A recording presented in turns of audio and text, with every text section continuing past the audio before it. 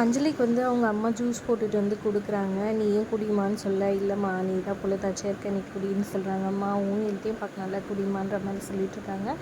அப்போ கரெக்டாக வந்துட்டு துளசி வராங்க. துளசி கையில் அடிபட்டுருக்கதை பார்த்தோன்னே ஷாக் ஆகி 2 பேரும் ஓடி வந்து, "என்னாச்சு துளசின்னு?" சொல்லி கேட்குறாங்க. "எனக்கு தெரியும் நீ ஃபோன் எடுக்கும் போதே ஏதோ பிரச்சனையாக இருக்கும்னு." "இதெல்லாம் ஒன்றும் இல்லைம்மா, சின்ன அடி தான், நான் அதனால தான் சொல்லலை" அப்படின்ற மாதிரி சொல்லிடுறாங்க. அதுக்கப்புறம் "உட்காருமா, என்ன இப்படி இருக்கு, என்ன ஏதுன்னு" கேட்டிருக்காங்க. அப்புறமா சம்பளத்தை வந்துட்டு கொடுக்குறாங்க.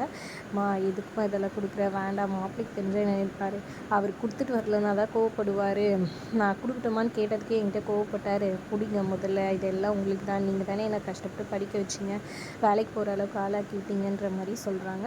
அதுக்கப்புறமா வந்துட்டு பாட்டி எழுந்திரிச்சிடுறாங்க, பாட்டிக்கிட்ட பேசுகிறாங்க.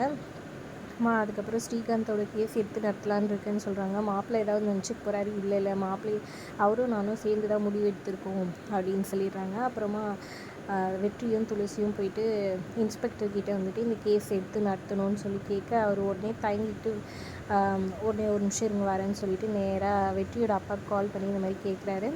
அதெல்லாம் ஒன்றும் எடுக்க முடியாதுன்னு சொல்லி அனுப்பி, ஏதாவது சொல்லி அப்படின்னு சொல்லிட்டு வச்சுறாரு. உடனே இன்ஸ்பெக்டர் வந்து அது பழைய கேஸ் ஆகிடுச்சு, இப்போ எடுத்தாலும் நடத்தணும்னா இது பண்ணாதான் கரெக்டாக நடத்தணும், அப்படி இல்லைனா அது வேஸ்ட்டாக போயிடும், இல்லைனா அப்படி கிடப்பில் கிடக்க வேண்டாம் அப்படி இப்படின்னு சொல்லிட்டு இருக்கிறாங்க.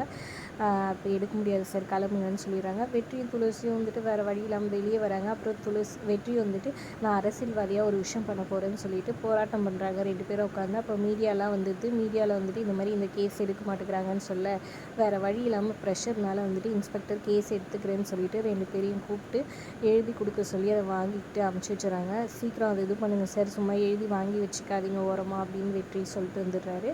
இன்னொரு பக்கம் பார்த்திங்கன்னா, இங்கே முருகன் வந்துட்டு அஞ்சலிக்காக ஃப்ரூட்ஸு நட்ஸ் எல்லாம் வாங்கிட்டு வந்து கொடுக்குறாரு. அப்புறம் மளிகை சாமானும் வாங்கிட்டு வந்து கொடுக்குறாரு. அவங்க ஒய்ஃபுக்காக மல்லிப்பூவும் வாங்கிட்டு வராங்க.